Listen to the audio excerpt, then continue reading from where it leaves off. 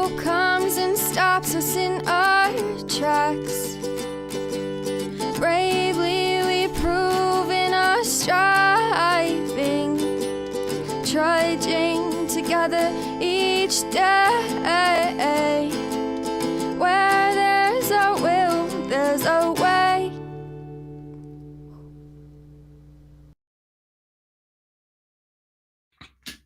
Good afternoon.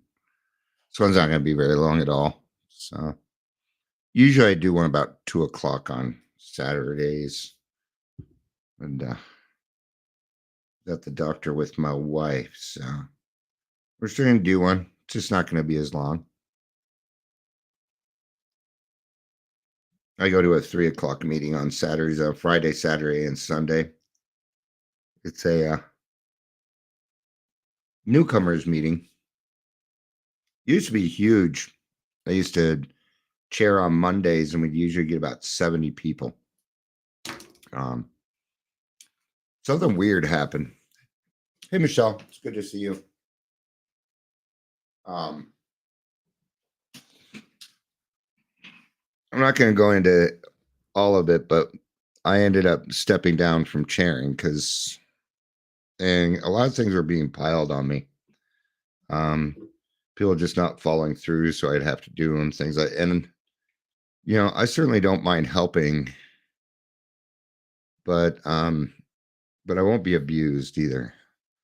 So I stepped down from chairing and kind of helping out, and they decided to, instead of replacing it, they just go down to 3 days instead of 7 days a week. Got you for 4 minutes. All right. Well, probably not going to be any longer than 10, 15 minutes. It's 2:22. It's 2:22. Oh, you got your sponsorship meeting today. I got the 3 o'clock con, so I'm going to be heading to that. I think it's my sponsee. I think he chairs today. I don't know. I like to go and support him. I don't really have I don't have a reading for this one. It's just I had to come up with a topic pretty quick, and so I asked Google to give me a random, and it just gave me the same crap. But then I noticed it said no recent items. It doesn't matter. What are the topics for AA women's meeting? No one in here for men's, and it said building self-esteem, overcoming guilt and shame. I'm like, oh, there we go. And that's how I got the topic. That's how I get my topics, man. Yeah. Guilt. Let's start with guilt. Let's start with welcome to the Daily Trudge. My name is Dion. Yep. I never know what to say after that. I could just be like, well, I'm your host with the most, but why say that all the time? And you'll get bored with that, right? If you're here, please say hello, whether you're watching the live or the rewatch. I have a tagline, but it isn't until the end. And I'm pretty sure everyone knows what my tagline is. If you don't know what my tagline is, then you'll have to wait till the end of the video and you will hear it. Heather, good afternoon. Good to see you. Second time today. Good to see you. So we're going to start with guilt. Man, a lot of guilt in our world, isn't there? Especially when we come into the program. A lot of blame and shame. But these are things that we cannot live with. We cannot live with this stuff for long. Nobody can. Nobody can deal with all this guilt and blaming other people or shaming ourselves, because blame is on others. Shame is usually for us. Sometimes we'll blame ourselves, but how many times have you done something wrong? You're like, I fucked up. I'm just horrible. And then you start calling yourself names and all this other crap. Right? Guilt is usually you have to do something that you don't want to do, but if you don't do it, you're going to feel bad about it. That sucks. Right? And what we need on that is kind of a different attitude. We also need to not necessarily get rid of, but confront our past. We have to take a look at the things that we've done wrong so that we can become better. Right?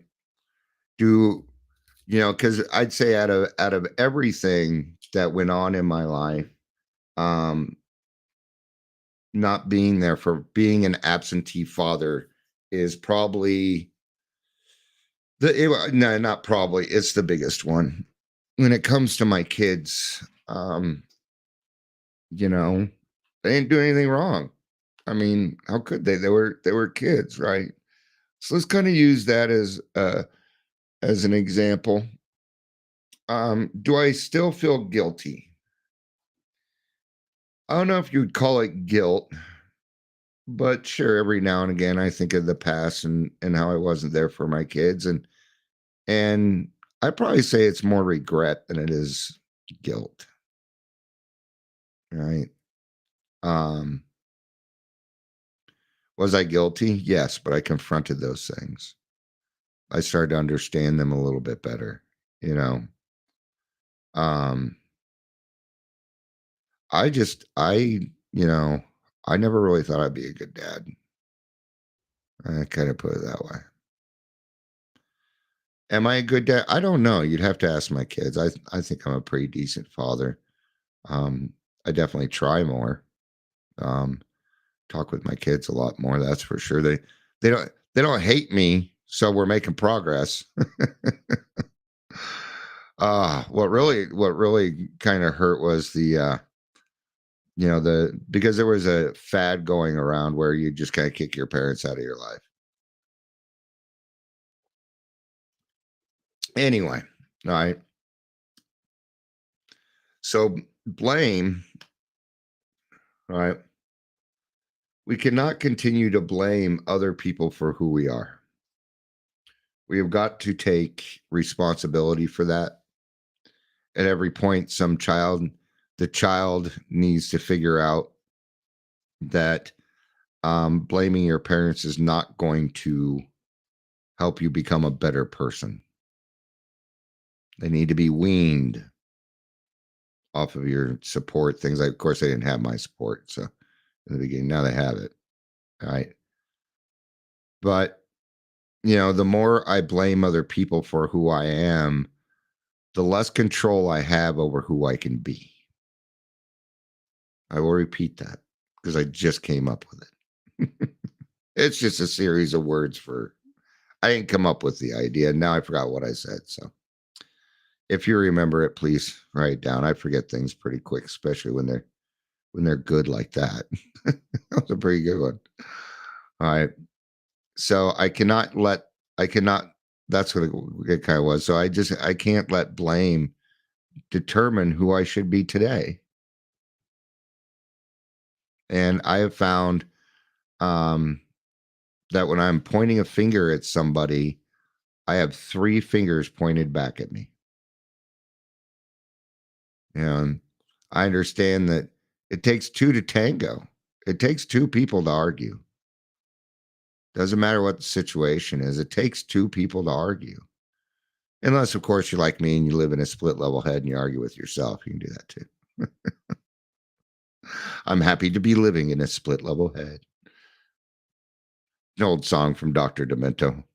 And I know me, and she knows him, and he knows her. And okay. A lot of other songs for that. There's another one going through my head, but I don't think people really appreciate it like I do. So it's a song called Dead Puppies. So I don't think you want me to sing it. All right. Shame. Shame is usually an inside thing or shame comes from the outside. So blame is external quite often and shame is internal. Sometimes the shame given to us by our parents.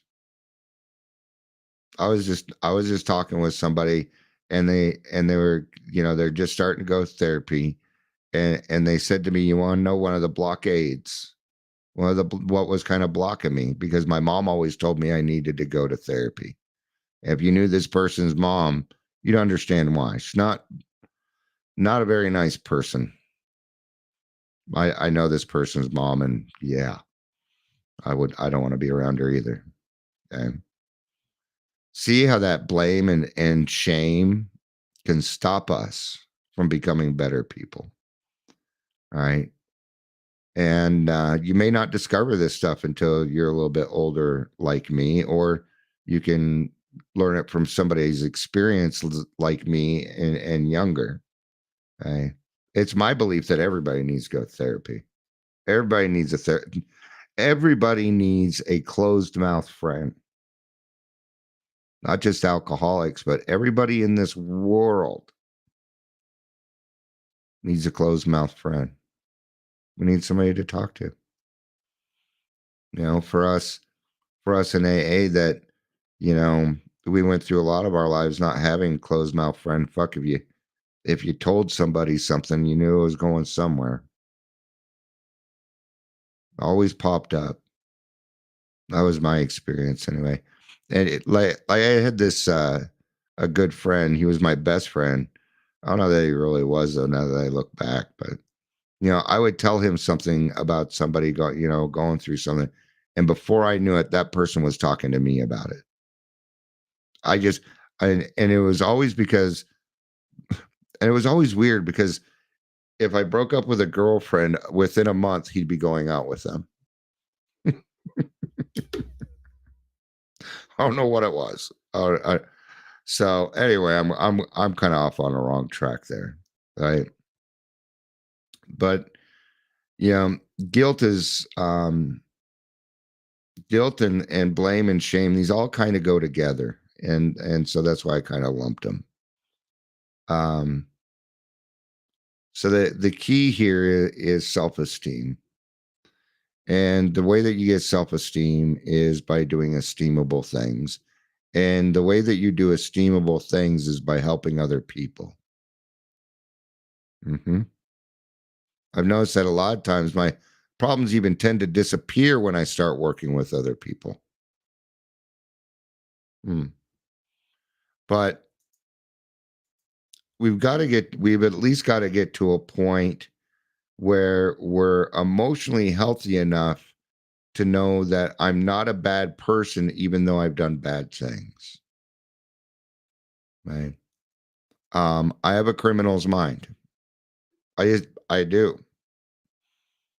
I've always, didn't help that I got, put into the system. That just helped me become a better criminal. That it helped me understand some things.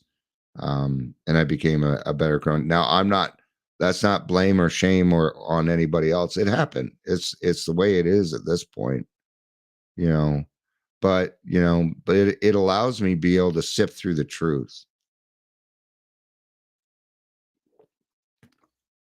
It's really hard to lie to me. Right? It's really hard to lie to me.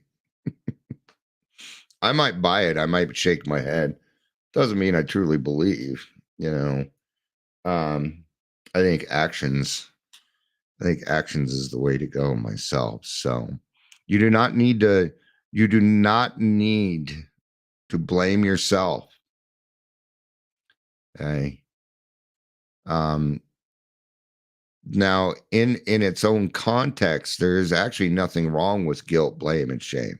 There's actually not much wrong with it. But we alcoholics tend to over abuse emotions, and that's where the problem comes in. Shell says, I believe you have to forgive yourself. Yes, we have a disease. Yeah. And forgiveness is certainly on the table. I've forgiven myself. My kids have forgiven me. God has forgiven me. My wife has forgiven me. Right. But for me, that's about the extent of it. I don't really, for me, beyond that, aside from my 9th step, I usually don't go through these emotions much anymore. Even if I do something wrong, I give myself enough grace so that I can forgive myself and learn from it. Because if I'm too busy blaming or putting myself down, what happens is I'm not open-minded to the gift that's coming along with it and the teaching that it might have for me. Right? Yep. I know I'm right. Just kidding. All right. That's going to be it for this one. I told you it was going to be short. So thank you everybody for being here. I appreciate it. I hope you have a good rest of your day. I love you. No, I do. Peace out. And